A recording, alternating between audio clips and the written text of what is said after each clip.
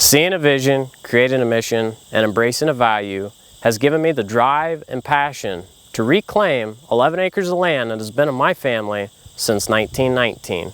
I have a connection to the land and have grown deep roots through planting trees, planting high forage food plots, and introducing a quality water source from a natural spring. These improvements have grown from my early years, but still continue to drive the original mission of managing and reclaiming our land. My name is Jamie Pennell, and my area is in environmental science and natural resource management. Once I began planting trees in 2017, I began to create a vision of what this property would eventually look like. I started with a goal of hand planting 300 evergreens that soon grew to 1,500 trees, ranging from red oak and white pine and Norway spruce. I wanted to get a good head start on this project so I could watch the trees mature in my lifetime. Creating food plots was the second phase of this project. I noticed a decline of honeybees and butterflies on the property, so it became a goal of mine to increase the numbers of pollinators. After doing a little bit of research, I finally settled on a blend of red and white clover to sow in 2¼ acre strips, and after doing so, the population of honeybees and butterflies had doubled through visual analysis. In the spring of 2019, qualities of my trees became more important than quantity.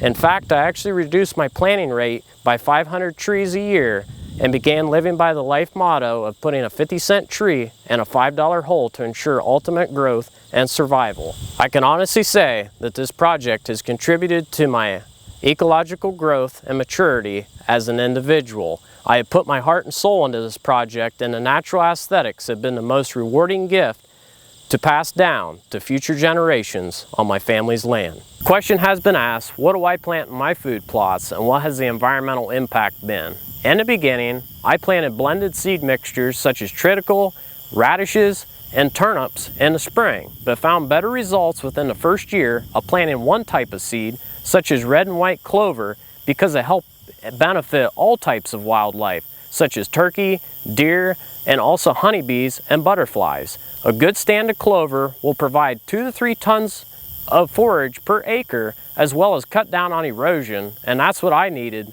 for my property.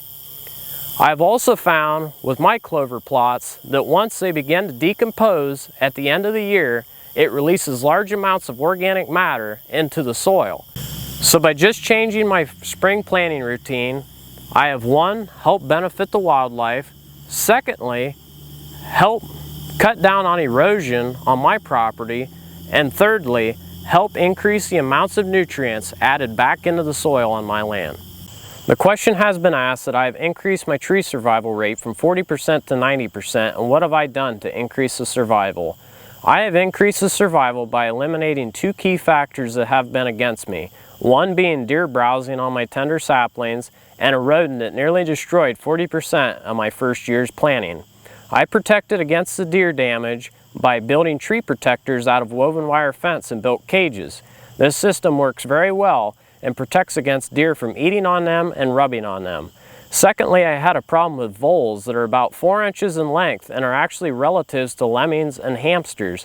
My solution to these was taking away all their brush and covering during the winter months so that they would actually have nowhere to burrow and hide. They would actually undermine my saplings and begin to eat the roots away, causing the death of my trees.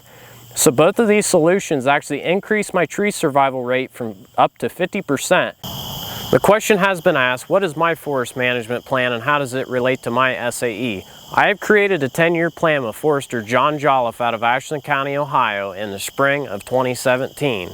I wanted to create this plan so that I could pass it down to future generations rather than just look at timber harvest. After doing a little bit of evaluation, he recommended planting oaks as well as walnuts and maples to get my hardwoods established and add some evergreens to stimulate some of the growth.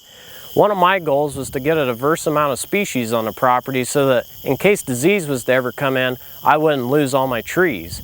Also, following my plan, I planted food plots or a crop in the areas that trees haven't been planted yet so that I would always have something planted on the ground.